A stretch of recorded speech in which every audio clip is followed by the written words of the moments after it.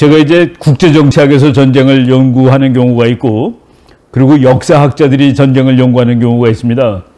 그 재미있는 현상이 우리나라 한국전쟁에 관한 책을 한국 사람들이 썼을 때 그 사람이 누구냐 보면 대부분 정치학자입니다. 미국에서 코리안 워라는 책 쓴 사람들은 압도적으로 역사학자들입니다. 그게 이제 좀 차이가 나는데, 정치학하고 역사학은 예를 들어서 한국전쟁을 연구하는 거가 그러면 정치학이냐 역사학이냐, 두 개가 다 하는데 강조점이 조금씩 다릅니다. 정치학자들은 한국전쟁을 공부해 놓은 다음에 거기서 뭐를 발견하려고 노력을 하냐면은 한국전쟁 이외에도 이런 요인 때문에 전쟁이 났다. 한국전쟁도 바로 그런 요인 때문에 났다라고 얘기하기를 좋아합니다. 그러니까 정치학자들은 일반화를 시키는 거예요. 수많은 전쟁을 공부해보고 전쟁은 이것 때문에 나는구나 라고 얘기를 하기를 좋아하는데, 역사학자들은 한국전쟁을 다 공부한 다음에 한국전쟁은 다른 전쟁하고 이게 다르구나 라고 얘기를 합니다. 그래서 역사학자들이 한국전쟁을 공부할 때 그분들의 목표는 한국전쟁은 다른 전쟁하고 이게 달라, 한국전쟁의 특수성을 공부하려고 하는 것이고, 정치학자들은 한국전쟁을 공부하고서 이건 다른 전쟁하고 이게 같구나. 그래서 이 접근 방법이 조금 다른데, 제가 이거 쓴 거는 정치학적인 접근 방법이라고 보시면 되겠습니다. 제가 물론 정치학과에서 전쟁을 공부하고, 그리고 뭔가 좀 부족한 기분이 들어가지고, 제가 그 오하이오 대학의 역사학과에 가가지고 전쟁사를 박사 코스를 다시 했습니다. 그래서 이게 전쟁사도 지금 방금 이 공부를 반드시 해야 되겠구나라고 했는데, 그 두 개가 합쳐져야 하는 이유는 뭐냐면은, 국제정치학에서는 전쟁이 원인, 코즈를 공부합니다. 그리고 가운데를 건너뛰고 전쟁의 결과를 공부합니다. 그러니까 코즈, 콘시퀀스를 공부하는데, 역사학자들은 가운데 전쟁의 콘덕트, 전쟁이 어떻게 진행되고 있구나라는 사실에 또 초점을 많이 맞춰요. 그래서 역사학자들은 그 가운데 C를 열심히 공부하고, 국제정치학자들은 앞에 C, 원인과 뒤에 C, 결과. 그런데 이 세 개가 합쳐지면은 설명이 완벽하게 됩니다. 뭐냐면은 국가들이 이런 이유 때문에 전쟁을 했는데 결과가 다르게 나왔단 말이죠. A라는 이유로 전쟁을 시작했는데, 그래서 전쟁의 원인이 A인데 결과가 다르게 나왔다. 그 가운데 콘덕트 과정에서 에러가 생기기 때문에 결과가 달라지는 겁니다. 그래서 그 두 학문이 합쳐지면은 이제 완전한 전쟁 연구를 할 수가 있는데, 제가 그 전쟁을 공부하고 와가지고 한국 와서 어디 가서 강의할 때 제 전공이 전쟁론입니다. 그러면 사람들이 웃습니다. 뭐 그따위 걸 다 공부하냐라는 식으로 얘기를 하고, 또 어떤 우리 선배 교수님은 너 어디 가서 절대로 그런 얘기하면 안 돼. 취직 못해. 라고 얘기를 합니다. 취직 못해라고 얘기하는 거는 뭐 우리나라는 좀 덜한 편인데, 일본 같은 데서는 전쟁론 그러면은 강의 잘 안 시켜줍니다. 그러면 어떻게 써야지 강의를 시켜주냐 하면은, 저는 평화를 연구했습니다. 평화를 지키는 방법을 연구했습니다라고 그러면은, 이게 똑같은 얘기인데도 그런 식으로 그러니까 전쟁을 전공했다 그러면 사람들이 웃는 거죠. 근데 지금 제가 그 앞에 선생님 말씀하신 걸 잘 들으니까 전체적으로 맥락이 저랑 비슷하다고 생각을 하고 있습니다. 제가 이거를 사실 책을 쓰기 시작해가지고, 저 책이 전부 해서 한 560페이지짜리 책인데, 책을 쓰게 된 배경이, 저 책의 1페이지를 시작한 날이 1991년 1월, 아니다. 1991년 초반이었습니다. 왜 그러냐면은 1990년 8월 달에 이라크가 쿠웨이트를 점령을 했습니다. 후세인이. 그래서 미국의 그때 부시 대통령이 사우디아라비아에다가 미군하고 뭐 20몇 개국 연합군을 전부 이렇게 배치시키면서 수십만의 연합국이 갔는데, 이제 전쟁이 그때 날 거냐 말 거냐 가지고 뭐 한 반년 동안 뭐 우리나라 신문에 전문가들 나오고 신문에 글 쓰고 그랬는데, 그때 제가 세종연구소라는 연구소에 있었는데, 우리 그 연구소 소장님 겸 이사장님이 서울대학교 외교학과를 만드신 분이었습니다.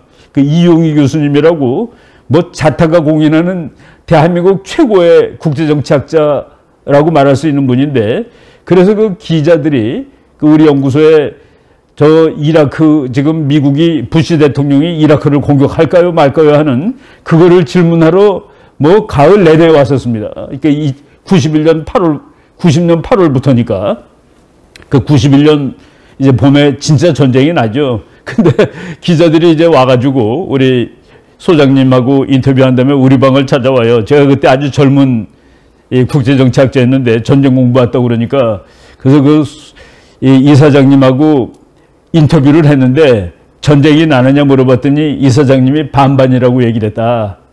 반반이라고 얘기했다. 그러니까 물어봤는데 답이 안 된다. 답이 도대체. 그래서 제가 그걸 세상에 아는 사람이 어디 있겠냐. 반반이라고 얘기했는데, 당신이 정말로 답을 원하고 싶다면은 나는 51대 49로 난다라고 얘기하겠다. 좀 답이 됐느냐 그랬더니 그래도 반반보다는 좀 낫다 그러고 얘기를 하더라고요. 이렇게 우리가 이 국제정치익은 인간의 행동이기 때문에 예측하고 이러는 것은 대단히 어렵습니다. 그런 그 한계점을 가지고 있는데, 제가 바로 그 기자하고 얘기를 한 다음에 책을 이제 이거 써야 되겠다라는 생각을 가지고, 뭐 그러니까 91년부터 썼는데 나온 것이 2020년 5월달에 나왔으니까 그 뭐 십몇 년 동안 계속 쓰진 않고 쓰다 말다 하다가 그 우연히 우리 그 출판사 사장님께서 좀 쉬운 책으로 각주 너무 많이 붙이지 말고 한번 써주라고 그래가지고 그 각주 빼고 그냥 쉽게 읽기 위해서 쓴 책이라는 것을 일단 말씀을 드리겠습니다. 지금 제가 이걸 가지고 40분짜리 강의를 30번에 걸쳐서 이제 하는데, 이제 내일 23번째 시간을 찍을 예정으로 있습니다. 그걸 미리 말씀드리고, 우리나라 사람들이 공부를 열심히 해야 됩니다. 전쟁에 대해서 공부를 열심히 해야 되는데, 우리나라 사람들이 전쟁이 멀리 있는 거로 생각하는데 그렇지 않습니다. 한국 사람들이 정말 그 전쟁을 혹독하게 경험한 사람들이고, 그리고 전쟁의 그 횟수로 봤을 때 세계 어느 나라보다도 전쟁을 많이 경험한 나라가 우리나라입니다. 근데 한국 사람들은 마치 전쟁은 우리하고 관계없이 멀리 떨어져 있는 거라고 생각을 하는데, 우리가 그 세계 그 어느 전쟁이 제일 큰 전쟁이냐, 그 기준을 전쟁에서 몇 명이 죽었느냐 가지고 기준을 칩니다. 이거를 그냥 그 국제정치학에서는 severity of war, 전쟁의 잔인성, 잔혹성 이렇게 치는데, 한국 전쟁이 세계 7대 전쟁입니다. 전쟁터에서 사람 죽은 거로 한국 전쟁이 세계 7대 전쟁이다. 1대가 2차 대전이죠, 당연히. 2대가 1차 대전이고, 세 번째로 큰 전쟁이 나폴레옹 전쟁, 그 다음에 스페니시 석세션, 이런 전쟁은 전부 세계사의 이름을 날리는 전쟁입니다. 그런데 한국 전쟁이 여기서 이제 95만 4,960명 죽은 거는 일단 군인들만 친 겁니다. 민간인은 더 많아요. 그런데 여기 있는 것은 배틀 데스라고 해가지고 그 전쟁이 심한 전쟁이냐를 배틀 데스로 보통 따지는데, 배틀 데스, 전투에서 죽은 사람 숫자가 세계에서 7번째로 큰 전쟁이 바로 이 땅에서 있었다. 그러니까 우리는 당연히 이제 전쟁에 대해서 깊이 연구를 하고, 그리고 전쟁을 피할 방법을 이제 강구를 해야 되는 것이죠. 그런데 제가 이 책을 쓰면서 염두에 뒀던 것이, 우리나라 사람들이 전쟁은 남의 이야기야, 그리고 전쟁을 결코 안 해야 돼, 이런 식으로 생각하기 때문에 이 사람들의 이 전쟁에 대한 관점을 좀 바꿔야 되겠다. 우리나라 사람들이 전쟁이라는 것은 무조건 안 하는 것만이 옳다라고 생각을 하는데, 지금 방금 우리 선생님 얘기하셨듯이 이 세상의 최고의 나라들은 전부 전쟁을 통해서 최고의 나라가 됐다라는 그것이 역사의 사실입니다. 그리고 제가 이제 우리나라 정치가들이 뭐 밑도 끝도 없어요. 아무리 나쁜 평화라도 전쟁보다는 낫다라고 얘기하고, 그리고 국가안보가 중요하다라고 얘기하는 사람한테는 당신 전쟁하자는 얘기입니까? 라고 윽박지릅니다. 근데 그 말에 대해서 반발을 못합니다. 아무도. 아무리 공부 많이 하는 사람도 당신 전쟁한다는 소리입니까? 아무리 나쁜 평화라도 전쟁보다는 낫습니다에 대해서 우리가 대답을 못하는데, 그거를 보통 사람들이 읽고 대답할 수 있게 해줘야 되겠다. 그 틀린 말을. 그래서 제가 이제 미리 말씀을 드린다면은 전쟁입니까 평화입니까? 라고 어느 정치가가 질문했을 때 그 질문은 완전히 틀린 질문입니다. 왜냐하면 전쟁은 수단입니다. 평화는 목표입니다. 그래서 하나는 목표고 하나는 수단인데 그 두 개를 놓고 뭐 할 거냐고 물어보면 어떻게 해요? 전쟁이라는 수단을 잘 활용하면 평화를 지킬 수가 있는 겁니다. 그래서 이제 전쟁이 싸움한다는 동사를 의미할 때도 있습니다. 그래서 전쟁일 겁니까? 그 말의 반대는 평화가 아니라 항복할 겁니까?가 돼야 되는 겁니다. 그래서 이제 우리가 그 구분을 정치가들이 틀리게 하는 거예요. 그래서 전쟁에 대비를 잘한 나라는 평화를 지킬 수가 있는 것이죠. 그래서 전쟁입니까 평화입니까? 라고 물어보는 것은 일단 틀렸다. 근데 제가 이 책을 이제 뭐 학문적으로 얘기한다면은 전쟁의 원인은 세 가지로 보통 봅니다. 크게. 하나는 인간의 마음 속에서 전쟁이 난다고 보는 겁니다. 히틀러 같은 인간이 나오면 전쟁이 나는 거예요. 김일성 같은 인간이 전쟁을 일으킬 수 있다라고 보는, 후세인이 전쟁을 일으킬 수 있다. 그래서 휴먼 레벨을 이제 학자들이 공부를 하죠. 그 다음에 정치학자들이 제일 많이 연구하는 것은 아니야. 아무리 그 개인이 뭐 폭력적이고 그렇더라도 전쟁을 하게 할 수 있는 그 사회 조직이라는 게 있는 거 아니겠어? 국가들이 전쟁을 하는 것이지, 회사들은 전쟁을 또 안 하는 것이죠. 국가가 이제 특히 전쟁을 하기 좋게 만들어 놓은 인간의 조직입니다.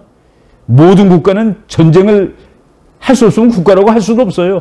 그 정도로 이제 국가가 전쟁을 한다고 그래가지고 이 사회, 국가의 차원을 연구하는, 그건 레벨 2라고 얘기하고 또는 뭐 사회적, 국가적 차원이라고 얘기를 합니다. 근데 어떤 사람은 국가가 전쟁을 하는 것이 아니라 우리가 살고 있는 이 사회, 국제사회가 전쟁을 하지 않을 수가 없지. 힘의 불균형. 우리나라가 아무리 평화를 원해도 옆에 있는 나라가 전쟁을 하겠다는데 어떻게 전쟁을 안 하겠어. 그래서 시스템을 공부하는 또 학자들이 있습니다. 그런 사람들은 전쟁은 왜 나니? 힘의 균형이 깨졌기 때문이야. 우리나라가 옆에 있는 나라보다 약해져서 침략을 초래한 것이지. 또는 어떤 나라가 힘이 세져가지고 그 옆에 있는 약한 나라를 공격한 것이지. 그래서 그냥 우리가 전쟁을 어떻게 공부하느냐? 그럼 세 가지 차원에서 공부한다 그러면 됩니다. 인간의 마음. 그것도 그거 하다 보니까 어떤 사람들은 생물학까지 공부를 해요. 인간은 본질적으로 공격하게 돼 있는 동물인가? 뭐 공부가 이제 넓다. 심리학, 뭐 그 별의별 학문이 다 동원이 됩니다. 인간 본능을 파헤치기 위해서. 그 다음에 이제 국가 이론, 그 다음에 국제 체제 이론. 이렇게 그래서 제가 이 책을 그렇게 구성을 했습니다. 인간 휴먼 레벨, 그 다음에 국가 차원, 국가 및 사회 차원의 레벨, 그 다음에 이제 이 국제 체제 레벨. 그래 놓고 제가 이제 오하이오 대학 가서 공부하고 온 게 좀 아까워가지고 마지막 파트에 전략이라는 부분을 넣습니다. 국가들이 전쟁을 왜 한다는 것을 국제정치로 설명을 한 다음에 마지막에는 국가들은 어떻게 싸우는가, 왜 싸우는가가 이제 대부분이고, 이 책 뭐 13장까지 있는 중에서 한 10장까지는 국가들은 왜 전쟁을 하는가, 그리고 전쟁의 이 역사를 이제 쭉 그냥 썼습니다. 이제 국제정치학자들이 밝혀놓은 사실을. 그리고 뒷부분 한 3개 장 정도는 How to Fight, 그러니까 전략이론가들, 뭐 손자 클라우제비츠는 어떻게 싸우면 전쟁에서 이길 수 있다라고 얘기했느냐 하는 그 내용을 이제 뒷부분에 놓는데, 이 책을 작년에 쓰고 난 다음에도 미국에서는 그 전쟁에 관련 책들이 쉬지 않고 나오는데, 이제 우리나라 사람들은 조금 좀 이런 쪽에 대해서 익숙하지가 않아요. 그래서 전쟁 얘기하게 되면 이렇게 자꾸 거부감을 내는데, 요거 이제 바로 나온 지가 2020년 12월 2일, 요건 제 책에 이제 얘기를 못했습니다. Last Stand. Why Men Fight When All is Lost. 이제 가망이 없어요. 다 졌어. 이제는 싸우면 죽는 것밖에 없는데, 그런데도 도망가고 끝까지 싸우는 것이 전쟁터에 일반적으로 나타나는 현상입니다. 이거 우리가 보면은 인간들이 다 돌았나라고 생각하는데 그게 아니다라고 쓴 책이에요. 그래서 이 사람은 국제정치학자, 유명한 학자는 아닌데도 불구하고 궁금증이 그겁니다. 왜 인간들은 정말 절망적인 상황에서도 끝까지 전쟁을 하는가에 관련된 그 얘기를 쓴 거예요. 그리고 이제 거기에 뭐 나온 얘기를 잠깐 보면은, 사람들이 서로 평화롭게 사는 상태는 자연 상태가 아니다. 자연 상태는 싸우는 상태라는 겁니다. 우리나라 사람들이 들으면 경악할 이야기인데 국제정치 그리고 인간의 자연 상태는 싸우는 상태다. 우리는 너무나도 도덕적으로 우리나라 사람들은 그 폴리티컬 코렉트니스를 대단히 좋아합니다. 정치적으로 옳은 말, 사실은 틀리는데 쉽게 얘기해서 우리 대한민국 국민 모두는 대학을 나와야 됩니다. 그거 큰일 납니다. 우리나라 모든 국민이 다 대학 나오면 정말 큰일 나는 거예요. 근데 말은 그 말이 제일 멋있거든요. 모든 국민들이 다 대학 나오면은 그러면은 대학 안 나오고 할 수 있는 일들은 누가 하는 겁니까? 바로 이런 것들이 말로는 정치적으로는 좋지만은 실제로는 아닌데 우리가 거기서 넘어서 얘기하면은 전쟁이 본질에 더 가깝다는 얘기입니다. 전쟁을 공개적으로 좋아하는 사람들은 거의 없지만 전쟁을 하겠다는 인간들이 있는 한 전쟁은 인간 조건의 한 부분이 되어 왔다. 실제로 일부 사람들은 전쟁을 원했고 일부는 그들의 열정과 운명을 현실화시키기 위한 전쟁을 필요로 했다. 김유신. 우리 김유신 미워하지 않습니다. 그 사람은 통일을 전쟁의 수단으로 할 수 있다고 생각하고 그것을 행동에 옮긴 사람입니다. 우리나라 사람 중에서 광개토대왕 싫어하는 사람이 있습니까? 고구려가 왜 땅에 그렇게 넓어요? 그 질문하면 사람들이 다 놀랍니다. 우리는 한 번도 남을 침략한 적이 없어요. 그러면 고구려는 우리나라가 아닙니다. 고구려는 밥 먹듯이 남을 침략한 나라입니다. 그래서 그만한 땅을 가질 수가 있었다는 얘기입니다. 그래서 제가 이제 학생들한테 절대로 어디 가서 우리는 남을 한 번도 침략하지 않았다라고 얘기하면은 그럼 고구려 중국한테 그냥 내주는 거가 된다고. 우리도 힘이 셀 때는 전쟁을 많이 한 나라죠. 좋은 무기를 가지고 있는 자, 더욱 막강한 자, 항상 좋은 친구들을 가질 수 있다. 마키아벨리즘이죠. 근데 이것이 현실에 더 가깝다라고 이제 얘기를 하고 있고, 이 패튼 장군이라는 사람이 우리나라 사람들은 미국 장군 중에서 누구를 제일 존경하느냐 그러면 메가더라고 다 얘기를 하는데 미국에서 역사학 교수들한테 메가더 장군이 어떠냐 그러면 그건 못 쓰는 놈이야라고 대답합니다. 몹쓸 놈이지. 잘난 척하고 정말 천재는 천재인데 지가 대통령보다도 더 잘난 줄 알고 아주 거만하고 자기 부하들의 공을 가로채고 아주 못 쓰는 인간이야. 리더로서는 안 돼. 라고 얘기하면서 그러면 누가 훌륭해요? 그러면은 보통 패튼 장군을 제일 훌륭하게 봅니다. 패튼 장군이 자기 부하들한테 하고 또 연설한 얘기예요. 2차 대전, 세계대전 중 자신의 상군단 병사들을 향해 투박하지만 유창하게 행한 연설에 의하면 군인의 사명은 죽이거나 죽임을 당하는 것이다. 어떤 녀석도 자기 나라를 위해 죽는 것만으로 전쟁에 승리할 수 없다. 그는 다른 나라의 불쌍한 바보 같은 녀석이 자신의 나라를 위해서 죽게 만들므로써 전쟁에 승리할 수 있는 것이다. 이게 노골적인 얘기죠. 바로 이 전쟁은 현실이다라는 얘기를 하겠습니다. 이거 우리나라에서 이제 번역된 책이기 때문에 문명과 전쟁이라고 해가지고 정말 그 두툼하고 괜찮은 책인데 이 책도 뭐 나온 지 얼마 안 됐습니다. 2006년에 나온 책이니까 만연에 대한 투쟁이라는 관점이 인간의 역사의 진실에 더 가깝다. 우리는 자꾸 우리 서로 얘기하고 잘 살 수 있잖아라고 그러는데 얘기하고 잘 살 수 없다가 답입니다. 우리 인간 사회에서도 그런데 최근에 우리 그 뭐 20몇 가구밖에 안 사는 조그만 건물인데 그 아파트를 이상하게 자고 이쪽이 더 커요. 저쪽은 좀 좁고 그 맨 끝에 있는 사람들이 매일 불만이 저쪽 큰 데 있는 녀석들이 주차장도 넓고 수돗물도 많이 쓴다고 공용으로 하는데 그래가지고 싸워가지고 결국 주차 물 닦는 시설 다 없애버렸습니다. 자동차 이제 못 닦아요. 옛날에 그냥 닦았는데 다른 쪽에 있는 그게 그러면 인간의 갈등이지 화해 협력입니까? 물값이 뭐 얼마나 많은지 그 이제 지금 이 책에 나온 거가 여하튼 우리 인간은 지금껏 지구에 등장한 가장 잔인한 종이라는 생각이 널리 받아지고 있다. 이것이 답이다라는 그 얘기입니다. 요거는 제가 이제 책에 쓴 다음에 이제 그 저건 지금 제가 인용을 했네요. 그리고 이 책도 이제 그 마가레트 맥밀란이라는 아주 대단히 유명한 그 여자인데 전쟁사를 공부한 여자입니다. 이 사람이 그 최근에 책을 썼는데 전쟁은 두 가지 측면에서 봐야 된다. Misery and Glory. 전쟁은 비참하죠. 사람 죽고 뭐 다치고 애들 죽고 뭐 피난 가고 그 이면에는 글로리가 있다는 얘기입니다. 글로리. 그래서 자꾸 미저리만 보는데 이분은 전쟁은 글로리라는 측면이 오히려 더 크다라는 식으로 바로 나온 지 얼마 안 되는 책에 많은 사람들이 입으로는 평화를 말하고 있지만 인간들은 전쟁을 미워하지도 않았고 두려워하지도 않았다. 이거를 우리가 이거 무시하게 되면은 그리고 매일 그냥 그 탁상 공론 얘기합니다. 북한하고 대화해서 잘 지낼 수 있어. 레온 트로츠키라는 그 공산주의자가 그랬죠. 선생님은 전쟁에 대해서 관심이 없을 겁니다. 그렇지만 전쟁은 선생님에 대해서 관심이 많아요. 전쟁은 둘이 하는 겁니다. 내가 평화도 둘이 같이 동의해야지 평화가 있는 거예요. 근데 우리는 혼자 평화를 너무 오랫동안 부르짖고 있고 지금도 평화를 부르짖고 있죠. 지금 맥밀란 교수가 이제 쓴 책인데 작년 10월에 나왔으니까 뭐 아주 최고죠. 평화가 오히려 비정상이란 말인가? 평화가 비정상입니다. 이 분이 쓴 책 중에 파리 1919년 그 1차 대전에 관련된 책이죠. 베스트셀러 썼는데 전쟁이란 인간에게 필수적인 요소라는 도발적 견해를 제시하고 있다. 바로 그래서 제가 앞에 이제 지금 이거는 뭐 제 책에 자세하게 쓰진 않았지만은 전쟁을 일으켜 봐야 된다라고 이제 얘기합니다.